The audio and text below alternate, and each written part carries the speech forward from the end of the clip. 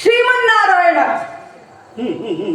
ನನಗೆ ಅಜ್ಜ ಆಗಬೇಕು. ಹೌದೌದು, ನನ್ನ ತಂದೆ. ಶ್ರೀಮನ್ನಾರಾಯಣ ಬರಬೇಕು. ನಾರಾಯಣ ಮಾತ್ರ ಅಲ್ಲ, ಜೊತೆಯಲ್ಲಿ ಜಗನ್ನಿಯಾಮಕ ಶಕ್ತಿ ಸತ್ವಗುಣ ಸಂಪನ್ನ ಶ್ರೀಮನ್ನಾರಾಯಣ. ಹೌದು, ಪಾಲನಾಕರ್ತೃ ನಾರಾಯಣ. ಅವನೊಂದಿಗೆ ಅಜ್ಜಿ ಲಕ್ಷ್ಮೀದೇವಿ ಗೊತ್ತಾ ಬರಲೇಬೇಕು. ಯಾಕೆ ಗೊತ್ತಾ? ನಾರಾಯಣ ಲಕ್ಷ್ಮಿಯನ್ನು ಬಿಡುವುದೇ ಇಲ್ಲ, ಲಕ್ಷ್ಮೀ ನಾರಾಯಣನನ್ನು ಬಿಡುವುದಿಲ್ಲ. ಪಾಲನಾಕರ್ತೃ ಆ ಮಹಾವಿಷ್ಣು ನಾರಾಯಣ ಪವಿತ್ರವಾಗಿರುವಂತಹ ವಕ್ಷಸ್ಥಳದಲ್ಲಿ ಲಕ್ಷ್ಮೀ ದೇವಿಗೆ ಸ್ಥಾನವನ್ನು ಕೊಟ್ಟಿದ್ದಾನೆ. ಅವ ಬಂದ್ಮೇಲೆ ಬರುವುದೇ ಲಕ್ಷ್ಮಿ. ಹಾಗಾದ್ರೆ ಒಳ್ಳೇದೆ. ಇನ್ನು ದೇವಾನು ದೇವತೆಗಳಿಗೆ ಒಡೆಯ, ಸುಮನಸರಿಗೆ ಒಡೆಯ ದೇವೇಂದ್ರ, ದೇವೇಶ ಬರಬೇಕು. ದೇವೇಂದ್ರ ಬರಬೇಕು. ಸರಿ ಸರಿ, ಕರ್ಕೋಣ. ಅಷ್ಟ ದಿಕ್ಪಾಲಕರು ಅವ ಒಬ್ಬ ಬಂದ್ರು ಸಾಲು. ದಿಕ್ಪಾಲಕರು ಬರಬೇಕು. ಅಷ್ಟ ದಿಕ್ಪಾಲಕರು ಬಂದ್ರು ಸಾಕು. ದೇವಾನು ದೇವತೆಗಳು ಬರಬೇಕು. 33 ಕೋಟಿ ದೇವತೆಗಳು. ನೀನು ಯೋಚನೆ ಮಾಡಬೇಡ ಶಾಲೆ. ದೇವೇಂದ್ರನನ್ನು ಒಬ್ಬನನ್ನು ಕರೆದ್ರೆ ಸಾಕು, 33 ಕೋಟಿ ದೇವತೆಗಳು ಬರ್ತಾರೆ. ಹೌದಾ? ಯಾಕೆ ಗೊತ್ತಾ? ಯಾಕೆ? ಇತ್ತೀಚೆಗೆ ಅಭ್ಯಾಸ ಆಗಿ ಹೋಗಿಬಿಟ್ಟಿದೆ. ಏನು? ಅನೇಕ ಬಾರಿ ದುಷ್ಟ ದಾನವರ ಹುಟ್ಟು ಎಲ್ಲೆಲ್ಲೋ ಆಗಿ ಹುಟ್ಟಿದವರು ಮೇಲಲೋಕವನ್ನು ಸ್ವರ್ಗಲೋಕವನ್ನು ನೋಡಿ ಸ್ವರ್ಗದ ಮೇಲೆ ದಾಳಿ ಇಡುವುದು. ಆ ದಾನವರು ದಾಳಿ ಇಟ್ಟ ತಕ್ಷಣ ಮೊದಲು ಓಡುವವನೇ ದೇವೇಂದ್ರ. ದೇವೇಂದ್ರ ಓಡಿದನ ಅವನಿಂದ 33 ಕೋಟಿ ದೇವತೆಗಳು ಓಡಿ ಹೋಗ್ತಾರೆ. ಅಲ್ಲ, ಈಗ ಅಭ್ಯಾಸ ಆಗಿದೆ. ಓಡಿ ಹೋಗುವಾಗ ಓಡಿ ಹೋಗುವುದು ಅಭ್ಯಾಸ ಆಗಿದೆ. ಇದು ಹಾಗೆ, ಇದು ಹಾಗೆ. ಹಾಗಾದ್ರೆ ಒಳ್ಳೇದೆ. ಅಷ್ಟು ಮಾತ್ರ ಸಾಕಾಗ್ಲಿಕ್ಕಿಲ್ಲ. ಮತ್ತೆ ಹರ ಮತ್ತೆ ಮಾರ ಅವರಿಬ್ಬರು ಬರ್ಬೇಕು. ಕೂಡುದು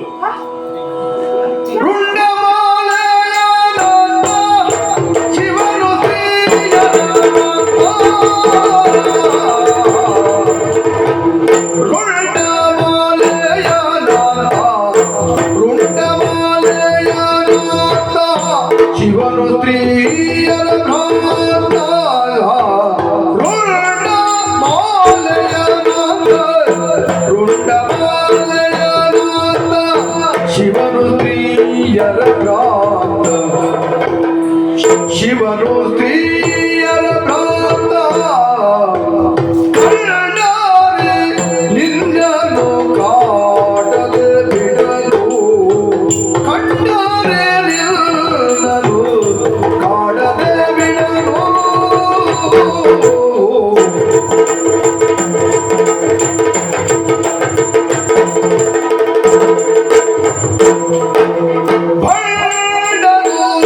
ಮನ್ಮಥ ಜಗದಲ್ಲಿ ಸರ್ವತ್ರ ಬಣ್ಣ ಬಣ್ಣ ಬಣ್ಣನು ಮನ್ಮಥ ಜಗದಲ್ಲಿ ಸರ್ವತ್ರ ಗಂಡ ತಾನೇನು ತಲಿ ಕುಡಿವ ಅರ್ತಿಯಲೇ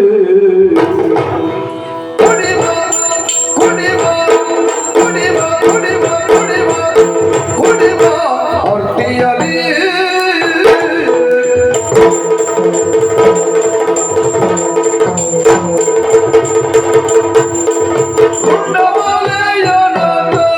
ಶಿವನು ಪ್ರಿಯರ ಭ್ರಾತ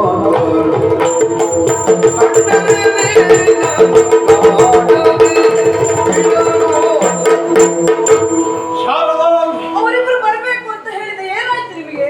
ಇಲ್ಲ, ಇಲ್ಲಿಯ ತನಕ ಸರಿ ಮಾತಾಡಿದ್ದೇನೆ. ಈಗ ತಪ್ಪಿದ್ದೆ. ಹೌದು. ಎಲ್ಲಿ, ಹೇಗೆ, ಯಾಕೆ? ಕೊನೆಯದಾಗಿ ಹೇಳಿದೆಯಲ್ಲ, ರುಂಡಮಾಲೆಯನ ಅಂತ ಆ ಶಿವ ಬರಬೇಕು. ಹರ ಹರ ಮತ್ತು ಮಾಲ. ಹೌದಪ್ಪ.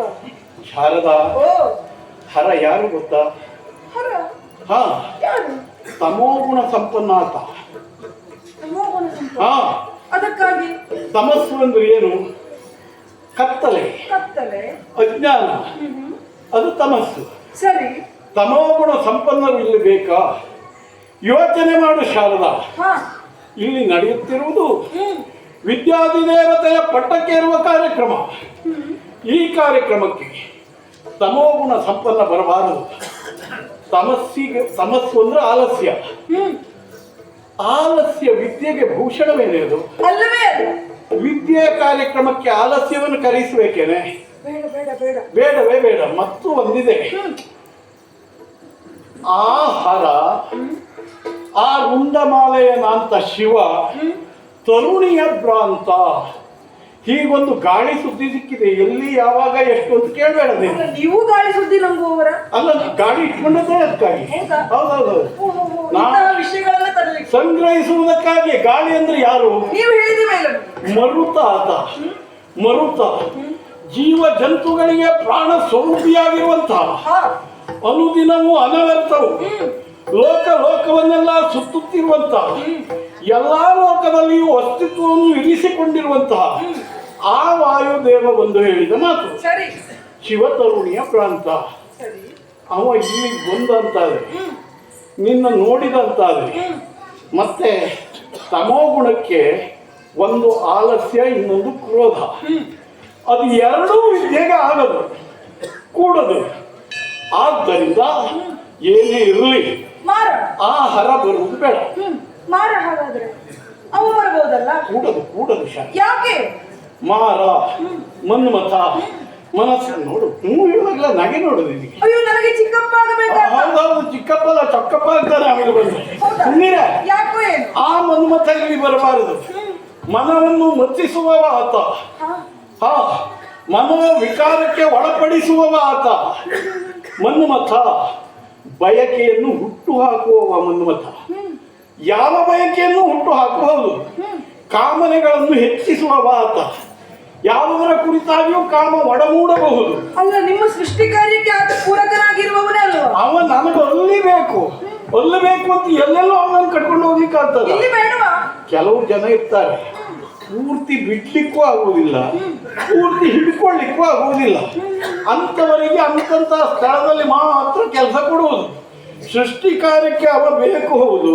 ಆ ಸೃಷ್ಟಿ ಕಾರ್ಯ ಮಾಡುವಾಗ ಮಾತ್ರ ಅವನು ಕರೆಸುವುದು. ಬ್ರಹ್ಮದೇವರೇ, ನಾನಂದುಕೊಂಡದ್ದು ವಿದ್ಯಾದಿ ದೇವತೆಯ ಪಟ್ಟವನ್ನ ಏರ್ತಾ ಇದ್ದೇನೆ, ಎಲ್ಲವನ್ನ ಬಲ್ಲವಳು ನಾನಿದ್ದೇನೆ ಎನ್ನುವ ಹಾಗೆ. ನೀವು ಆಡುತ್ತಾ ಇರುವ ಮಾತನ್ನ ಕೇಳಿದ್ರೆ ನಾನಿನ್ನು ಕಲಿಯಬೇಕಾದದ್ದು ಬಹಳಷ್ಟಿದೆ. ಈ ಹೊತ್ತಿನಿಂದ ಪ್ರಾರಂಭ ಆಗಬೇಕು. ನೀನು ಏನು ಕಲಿಯಲಿಲ್ಲ, ಗೊತ್ತೇ ಇರಲಿಲ್ಲ. ಇದು ಇನ್ನು ಗೊತ್ತಾಗ್ತದೆ. ಈ ರಂಗಕ್ಕೆ ಬಂದ ಮೇಲೆ ನಿನಗೆಲ್ಲ ಗೊತ್ತಾಗ್ತದೆ.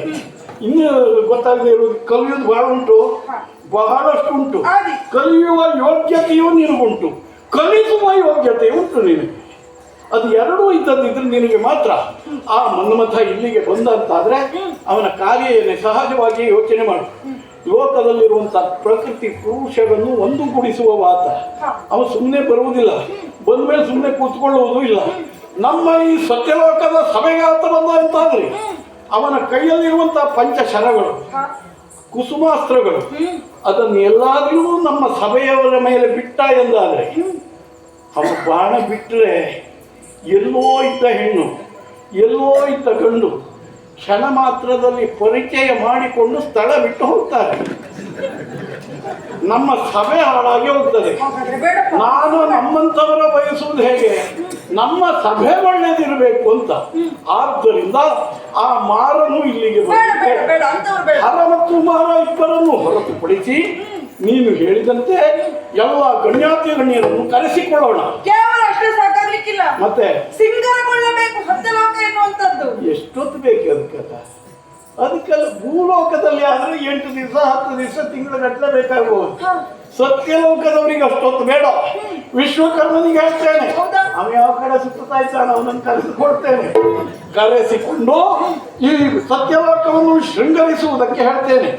ಶೃಂಗಾರಗೊಳ್ಳಲಿ, ಎಲ್ಲ ವ್ಯವಸ್ಥೆಯು ನಡೆಯಲಿ, ಆಮೇಲೆ ನಾವು ಬರೋಣ.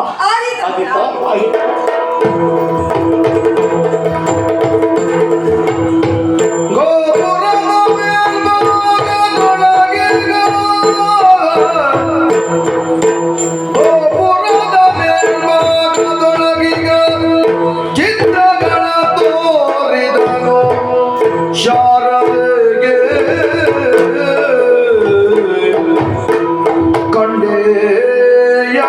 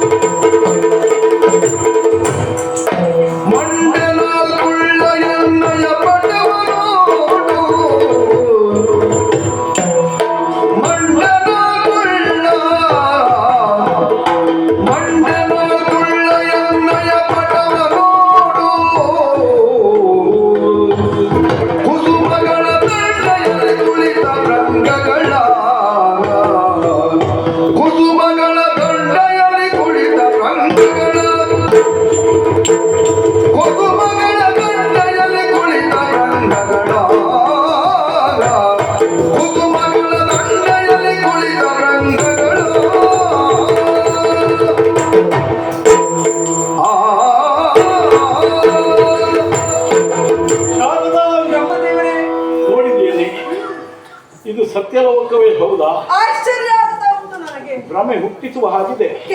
ಕೆಲವು ಕ್ಷಣಗಳಲ್ಲಿ ಹೇಗೆ ಸಿದ್ಧಗೊಂಡಿದೆ ನಮ್ಮ ಲೋಕ. ಅಲ್ಲಿ ನೋಡ್ಬೇಕು, ಇಲ್ಲಿ ನೋಡ್ಬೇಕು, ಮೇಲೆ ನೋಡ್ಬೇಕು, ಕೆಳಗೆ ನೋಡ್ಬೇಕು, ಯಾವುದು ಗೊತ್ತಾಗ್ತಾ ಇಲ್ಲ. ಎಲ್ಲಿ ನೋಡ್ಬೇಕು ಎನ್ನುವುದೇ ಗೊತ್ತಾಗುವುದಿಲ್ಲ. ಎಲ್ಲೆಲ್ಲೂ ಚಂದ, ಎಲ್ಲೆಲ್ಲೂ ಚಂದ ಆಹಾ, ಅಲ್ವೇನೆ? ಹೌದೇ ಹೌದು. ಚಿತ್ರ ವಿಚಿತ್ರವಾಗಿರುವಂತಹ ಆಕೃತಿಗಳು, ಆಕಾರಗಳು, ಶಿಲ್ಪ ಕಲೆಗಳು ನೋಡಿ ನೋಡಿ ನೋಡಿ. ಬ್ರಹ್ಮದೇವರೇ, ಹ? ಯಾರದು? ಎಲ್ಲಿ? ನೀಲಿಯ ಮೈ ಬಣ್ಣ, ಹಾ ಹಾ ಹಾ 1000 ಹೆಡಗಳ ಸರ್ಪದ ಮೇಲೆ ಹಾ ಹಾಯಾಗಿ ಮಲಗಿಸಿದ್ದಾನೆ. ಎತ್ತರವಾದ ಪೀಠದಲ್ಲಿ ಕುಳಿತವ. ಕಾಲ ಬುಡದಲ್ಲಿ ಹೆಣ್ಣೋರ್ವಳು ಹಾ. ಆತನ ಕಾಲನ್ನ ಒತ್ತುತ್ತಾ ಇರುವಂತಹ ಚಿತ್ರ. ಹಾ, ಹಾ. ಯಾರದು? ಯಾರ್ಯಾರು ಅಲ್ಲ, ಹೇಳಿದ್ದೇನಲ್ಲ, ಆತ ಪಾಲನಾಕರ್ತೃ ಶ್ರೀಮನ್ನಾರಾಯಣ. ಶ್ರೀಮನ್ನಾರಾಯಣ ಶೇಷಶಾಹಿಯಾಗಿ ಮಲಗಿದ್ದಾನೆ. ಲಕ್ಷ್ಮೀದೇವಿ ಅವನ ಪಾದವನ್ನು ಒತ್ತುತ್ತಾ ಇದ್ದಾಳೆ. ಓ, ಅಜ್ಜ. ಹಾ, ನಾರಾಯಣ ಆತ, ನಾರಾಯಣ. ಆ ಅಲ್ಲಿ ನಾರಾಯಣನನ್ನು ಚಿತ್ರಿಸಿದ್ದಾನೆ. ಹಾಗೆ ಚಿತ್ರಿಸಿದ್ದಾರೆ ಅಲ್ವೇ? ಅವ ಯಾರು ಅಂತ ಗೊತ್ತಾಗ್ಲಿಲ್ಲ. ಯಾರು? ಆ ಕಡೆ ಆನೆಯ ಮೇಲೆ ಏರಿದ್ದಾನೆ. ಕೈಯಲ್ಲಿ ಏನೋ ಆಯುಧವನ್ನು ಝಳಪಿಸುತ್ತಾ ಇರುವ ಹಾಗುತ್ತಪ್ಪ. ಶಾರದಾ, ಓ, ಒಂದು ಸೊಂಡಿಲ ಆನೆ ಅಲ್ಲ ಅದು. ಆಹಾ. ಅದಕ್ಕೆ ಐರಾವತ ಅಂತ ಹೇಳ್ತಾರೆ. ಹಾ, ಅಂದ್ರೆ ಆ ಐರಾವತವನ್ನು ಹೇರಿ ಕುಳಿತವ ದೇವೇಂದ್ರ. ದೇವೇಂದ್ರನ? ದೇವೇಂದ್ರನೇ ಆತ. ಅವನ ಜೊತೆ ಕೂತವಳು ದೇವೇಂದ್ರ ಶಚಿದೇವಿ. ಶಚಿದೇವಿ. ಹೌದಾ? ಹೌದೌದು. ಹಾ, ಹಾ, ಹಾ. ಶಚಿದೇವಿಯನ್ನು ಚಿತ್ರಿಸಿದ್ದಾನೆ ವಿಶ್ವಕರ್ಮ. ಎತ್ತರವಾದ ಪೀಠದ ಮೇಲೆ ಐರಾವತವನ್ನು ಏರಿದ ದೇವೇಂದ್ರನ ಚಿತ್ರ ಅಲ್ಲಿ ಆ ಕಡೆ ಇದೆ. ಈ ಕಡೆ ನೋಡು, ಅಗ್ನಿ. 7 ನಾಲಿಗೆಗಳು. ಹೌದು. ಆ ಕಡೆ ವರುಣ. ನಿವೃತ್ತಿ. ಹಾ, ಈಚೆ ನೋಡು ವಾಯು. ಅವನ್ಯಾರು? ದೊಡ್ಡ ಹೊಟ್ಟೆವ? ಕುಬೇರ. ಕುಬೇರ. ಹಾ, ಓ, ಬಹುಶಃ ಹೀಗಿರಬಹುದು. ಹೇಗೆ? ಈ ಬಹಳ ದುಡ್ಡಿದ್ದವರಿಗೆಲ್ಲ ಬಹಳ ದೊಡ್ಡ ಹೊಟ್ಟೆ ಇರ್ತದೆ. ಹಾ, ದುಡ್ಡಿದ್ದವರಿಗೆಲ್ಲ ಹೊಟ್ಟೆ ಇರ್ತದೆ ಅಂತ ಹೇಳಲಿಕ್ಕೆ ಬರುವುದಿಲ್ಲ. ಹೊಟ್ಟೆ ಇದ್ದವ್ರ ಹತ್ರ ದುಡ್ಡು ಇರ್ತದೆ. ಇರಬಹುದು. ಇಲ್ಲ, ಹಾಗಾಗಿದೆ. ಆತನೇ ಕುಬೇರ, ಆತನೇ ಕುಬೇರ. ನೋಡು, ಹೀಗೆ ಓಡಾಡ್ತಾ ಇದ್ದವರನ್ನು ಅಲ್ಲಿ ಚಿತ್ರಿಸಿದ್ದಾನೆ. ಒಂದು ಆಕೃತಿಯನ್ನು, ಆಕಾರವನ್ನು ಕೊಟ್ಟು ಅವನೇ ವಾಯುದೇವ. ವಾಯುದೇವ ಶಾರದ ಆತ. ಹಾ ಹಾ ಹಾ ಹಾ ಹಾ. ಏ, ಇಲ್ಲಿ ಬಾ, ಇಲ್ಲಿ ಬಾ, ಇಲ್ಲಿ ಬಾ. ಇದೋ ಓ, ಇಲ್ಲಿ ನೋಡು. ಯಾರು ಅಂತ ನೋಡಿದೀಯಾ? ನೋಡೆ ನೋಡೆ ನೋಡೆ. ಏನಿದು?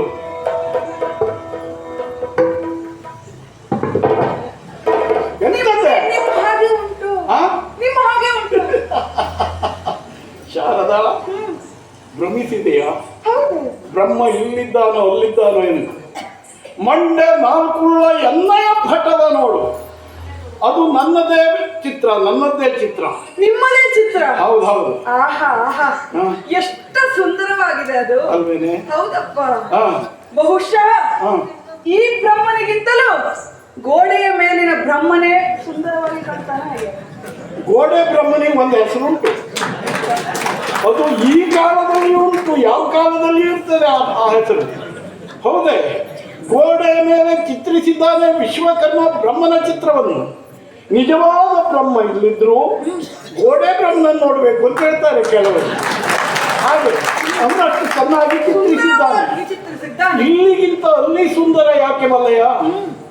ಅಲ್ಲಿ ಸಾಲಂಕೃತನಾಗಿ ಚಿತ್ರಿಸಿದ್ದಾನೆ ವಿಶ್ವಕರ್ಮ. ಹೌದೇ ಹೌದು. ನೋಡು ನೋಡು, ಅಲ್ಲಿ ನಾನಾ ರೀತಿಯ ಹೂ ಮಾಲೆಗಳಿಂದ ಆತನನ್ನು ಶೃಂಗರಿಸಿದ್ದಾರೆ. ಎಷ್ಟು ಸಹಜವಾಗಿದೆ ಅಂತಂದ್ರೆ ದುಂಬಿಗಳು, ಭೃಂಗಗಳು ಅದನ್ನ ಮುತ್ತಿಕ್ಕುತ್ತಾ ಉಂಟು. ನಿಜವಾದ ಹೂವೇ ಎಂದು ಭ್ರಮಿಸಿ ಭೃಂಗಗಳು ಒಂದು ಮುತ್ತಿಕ್ಕುತ್ತಿವೆ. ಅಂತಹ ಚಿತ್ರ ನೋಡು ನೋಡು ನೋಡು. ಈ ಕಡೆಯಿಂದ ನೋಡು, ಒಂದೊಂದೇ ಒಂದೊಂದೇ.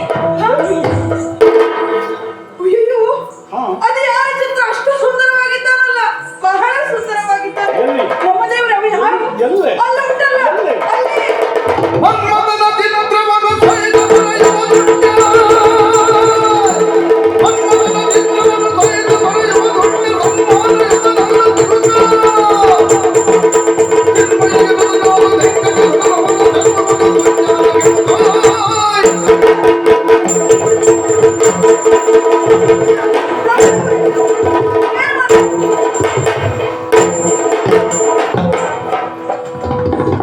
ಏನು ಮಾಡಿಬಿಟ್ರೆ ನೀವು? ಸುಂದರವಾಗಿದೆ ಚಿತ್ರ ಎನ್ನುವ ಹಾಗೆ ತೋರಿಸ್ತಾ ಇದ್ದೇನೆ. ಸಿಟ್ಟಿಯಲ್ಲಿ ಆ ಚಿತ್ರವನ್ನು ಎಳೆದು ಪುಡಿ ಪುಡಿ ಮಾಡಿ ಏನಾಯ್ತಂತದ್ದು? ಮನ್ಮಥನ ಚಿತ್ರಕ್ಕೂ ಇಲ್ಲಿ ಅವಕಾಶ ಇಲ್ಲ. ಮೊದಲೇ ಹೇಳಿದ್ದೇನೆ ವಿಶ್ವಕರ್ಮನಿಗೆ. ಮನ್ಮಥನ ಚಿತ್ರವ? ಹೌದು ನೋಡು, ಎಷ್ಟು ಚೆನ್ನಾಗಿತ್ತು. ಹೇಳುವಾಗಲೇ ನೋಡು, ನಿನ್ನ ಬಾಯಿ ಇಲ್ಲಿ ಕಿವಿ ತನಕ ಹೋಗ್ತದೆ. ಮನ್ಮಥನ ಚಿತ್ರವ ಗುಣಕ್ಕೆ ಮತ್ಸರ ಯಾಕೆ? ಗುಣಕ್ಕೆ ಮತ್ಸರ ಅಲ್ಲ, ಮನಸ್ಸು ಸ್ಟಾರ್ಟ್ ಮಾಡ್ತಾನೆ ಅಂತ ಅರ್ಥ ಅದು. ಹೌದಾ? ಅಲ್ಲದ್ರೆ ಲಘುವಂತದ್ದು ಏನಿದೆಯಾ? ಸುಂದರವಾಗಿದೆ. ಸುಂದರವಾಗಿದ್ರೆ ಅದಿರಕೂಡದು. ವಿಶ್ವಕರ್ಮನಿಗೆ ಮೊದಲೇ ಹೇಳಿದ್ದೇನೆ, ಆದರೂ ಚಿತ್ರಿಸಿದ್ದ. ಅದಕ್ಕಾಗಿ ನೀನು ತೋರಿದ ತಕ್ಷಣ ಕೋಪ ಬಂತು. ಆ ಚಿತ್ರವನ್ನು ತೆಗೆದು ಕೆಳಗೆ ಬಿಸಾಡಿ ಮೆಟ್ಟಿದ್ದೇನೆ. ಆದಿತ್ತು ನೀವು ಸುಧಾರಿಸಿಕೊಳ್ಳಿ. ಸುಧಾರಿಸಿಕೊಳ್ಳುವುದಲ್ಲ, ಸುಮ್ಮನೆ ನನಗೆ ಹೆದರಿಕೆ ಆಗ್ತದೆ. ನಾನು ಸಿಟ್ಟು ಬಂದ್ರೆ ಇಳಿಯುವುದು ಅಷ್ಟೇ ಕಷ್ಟ. ಕಾರ್ಯಕ್ರಮದ ಸಂಯೋಜಕರು ನೀವು. ಹೌದು. ನೀವು ಸಿಟ್ಟು ಮಾಡಿಕೊಂಡು ಏನಾದ್ರು ಸಮಸ್ಯೆ ಆಯ್ತು ಅಂತ ಆದ್ರೆ ಮತ್ತೆ ವಿದ್ಯಾರ್ಥಿ ದೇವತೆಯ ಪಟ್ಟ. ಕಾರ್ಯಕ್ರಮವೇ ಹಾಳಾಗಿ ಹೋಗ್ತದೆ ಅಲ್ವಾ? ಕ್ಷಣಕಾಲ ಸಿಟ್ಟಿಗೆ ನಾನು ಒಳಗಾಗಿರುವುದು ಹೌದು. ಏನೋ ನೀನು ಹೇಳ್ದಿ ಅಂತ ಸುಧಾರಿಸಿಕೊಂಡಿದ್ದೇನೆ.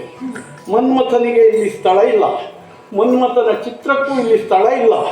ತಾನು ಗಂಡ, ತಾನು ಪುಂಡ ಎಂದು ಹೆಗ್ಗಳಿಕೆಯಿಂದ ಒಪ್ಪಿ ಗರ್ವಿಷ್ಠನಾಗಿ ಕುಡಿಯುವಂತ ಆ ಮನ್ಮಥನಿಗೆ ಧಿಕ್ಕಾರ, ಇಲ್ಲಿ ಸ್ಥಳ ಇಲ್ಲ ಅವನಿಗೆ. ಬಿಡು. ಕ್ಷಣಕಾಲ ನಮ್ಮ ಮನಸ್ಸು ಹಾಳಾಯಿತು, ಕೋಪಕ್ಕೆ ಒಳಗೊಂಡೆ. ಎಂಬಲ್ಲಿಗೆ ಕಾರ್ಯಕ್ರಮ ನಿಲ್ತದೆ ಅಂತ ಯೋಚಿಸುವುದು ಬೇಡ, ಇನ್ನೂ ಚೆನ್ನಾಗಿ ಆಗ್ತದೆ. ಇದು ಹೋಯ್ತಲ್ಲ ಅನಿಷ್ಟ, ಇನ್ನೂ ಚೆನ್ನಾಗಿ ಆಗ್ತದೆ. ಆದ್ದರಿಂದ ಎಲ್ಲವರು ಬಂದರೇನೆ ಶಾರದಾ? ಬರ್ತಾ ಇದ್ದಾರೆ. ಅಲ್ಲಿ ಅಲ್ಲೇ ನೋಡು, ಕೆಲವು ಅಲ್ಲಿ ಒಂದೊಂದೇ ಸ್ಥಳ, ಆಸನ ಸ್ಥಳ ಹಾಗೆ ಅಲ್ವೇ? ಹೌದು. ಹಾ, ಹಾಗಾದ್ರೆ ಬರುವವರು ಬರಲಿಲ್ಲ ಅಂತ ಆಯ್ತು. ಹೌದು, ಬರುವವರು ಬಂದು ಮುಟ್ಟಲಿಲ್ಲ. ಬಹುಶಃ ಹೀಗಿರ್ಬೇಕು. ಹೇಗೆ? ಮುಂದೆ ಬಂದವರಿಗೆ ಹತ್ತಿರ ಹೇಳಿ ಕಳಿಸತ್ತಿರ್ಬೇಕು. ನಾವು ಬರ್ತೇವೆ, ಸ್ವಲ್ಪ ತಡ ಆಗ್ತದೆ, ಒಂದು ಆಸನ ಇಟ್ಕೊಳ್ಳಿ ಅಂತ ಹೇಳಿ ಕಳಿಸಿದ್ದಾರೆ ಏನೋ. ಹಾಗಾಗಿ ಅದರಲ್ಲಿ ಆಸನ ಬರೆದಾಗಿದೆ. ಆ ಆಸನಗಳ ಮೇಲೆ ಬಂದು ಮಂಡಿಸಲಿ. ಬರಬೇಕಾದವರೆಲ್ಲ ಬಂದು ಸೇರಲಿ. ಆಸನ ತುಂಬಬೇಕು. ಅದು ತುಂಬುತ್ತದೆ. ಮುಹೂರ್ತ ಹತ್ತಿರ ಬರ್ತಾ ಇದೆ, ಹೌದಾ? ಈ ಮುಹೂರ್ತ ಹತ್ತಿರ ಬರಲಿ. ಶುಭ ಮುಹೂರ್ತಕ್ಕೆ ಹೊಟ್ಟೆ